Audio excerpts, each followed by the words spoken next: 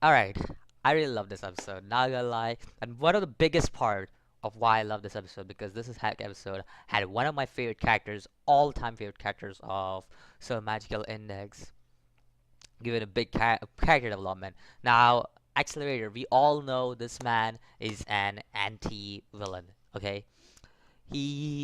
But through what I'm seeing right now, his character is going towards anti-hero side, which kinda takes away from what Accelerator's whole thing is about being anti-villain, an actual villain, but at the same time being himself rather than just following a villainous order or having a villainous domination or something like that. Rather than that, he's just being himself. He has something to do with it.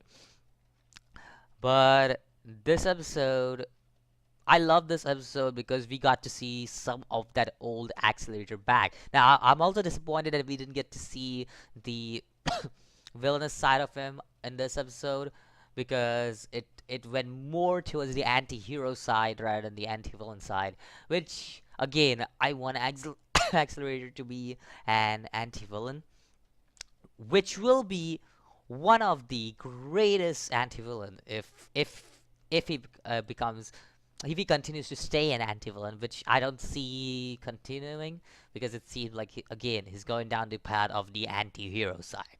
So it doesn't seem like that. But even for just a moment, even if it just was for a moment, we got to see our old Accelerator back, and he beat the living shit out of this chick. The third season Misaka or whatever that is, he beat the living shit out of her. And I was like, yeah, that's the old Accelerator. That is what I loved about Accelerator when I saw him in season 1. That is what made him like one of my top 5 favorite villains of all time, because I freaking loved the way he was introduced in this whole series. I loved how his actions were to his own. It wasn't like, oh, I'm gonna be controlled or something. Even though there was some kind of government controlling him, it was still his own ideals that he was following, which I really, really enjoy. When I first saw him, when I first saw him, he was a villain that you could appreciate who to be a villain. And that's the reason why I love this episode, because we got to see some of that old Accelerator back, which we saw in season 1, which we haven't seen in quite some while. So yeah, that was cool to see. But at the end of the episode, he again turned into kind of this sad, emotionally character, which surprisingly, ow, ow, my throat, ow, that hurt. I don't know why I did that. Which was pretty much he wanted to protect this person, this Misaka that he has beaten down to pulp. He wanted to protect everyone, and it's understandable where he comes from too. And I'm not saying that's a bad thing that he's going anti-hero. I'm just saying that when he was an anti-villain, he was he was a much better character in my eyes when he was a anti-villain. But as an anti-hero, we have too many of those. So I really would have loved to see him stick around to be an anti-villain. But once you see someone say that, oh, I'm gonna protect someone, you know that they're gonna turn sides and go to the hero side at some point. So that's what I think so is going to be a completely different change in his character, I would say.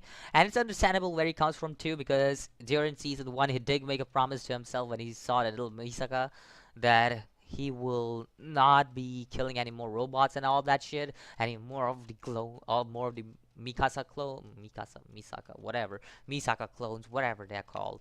it's it's so confusing, like literally. But anyways, that's all we got for this episode of also Magical Index. So that was one thing that we got from Accelerator's side, I would say. But there was more on Touma's side, which is that he did face defeat in battle against this guy, Fiamma. Now Fiamma did get Gesha. I think that's what Geshev. I think that's what her name was. Sasha. There we go, Sasha. That's what her name was. I'm pretty sure, or else I would have been completely mistaken, and I would have been thinking of a completely different person. But yeah, he got the Russian chick that he was looking for some kind of experimental shit or some shit, and pretty much that. Oh, that's all. And it also shows how strong Fiyama actually is. He is. How? Why am I having so much problem? Give me a break. But anyways, it just shows, this episode just shows how OP Fiyama is gonna be, because I'm not saying we haven't seen characters like this previously. Touma has literally went up against an angel, so let's be honest here.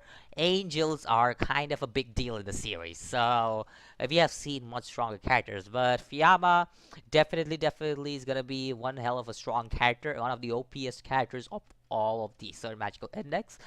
I'm not saying he's the OPS, because I still believe the angels are the OPS characters in the series, because the artificial angels are literally capable of destroying cities and stuff. So that's the reason why I say the angels are somewhat of that strong. But uh like Fiyama is no joke. We have seen this in this episode about how he control how how how how he controls that whole thing, his whole arm and everything. I'm having some really tough problems. But anyways, let me know what you think about this episode of Sir Magical Index. I'll see you in the next video. As always, peace.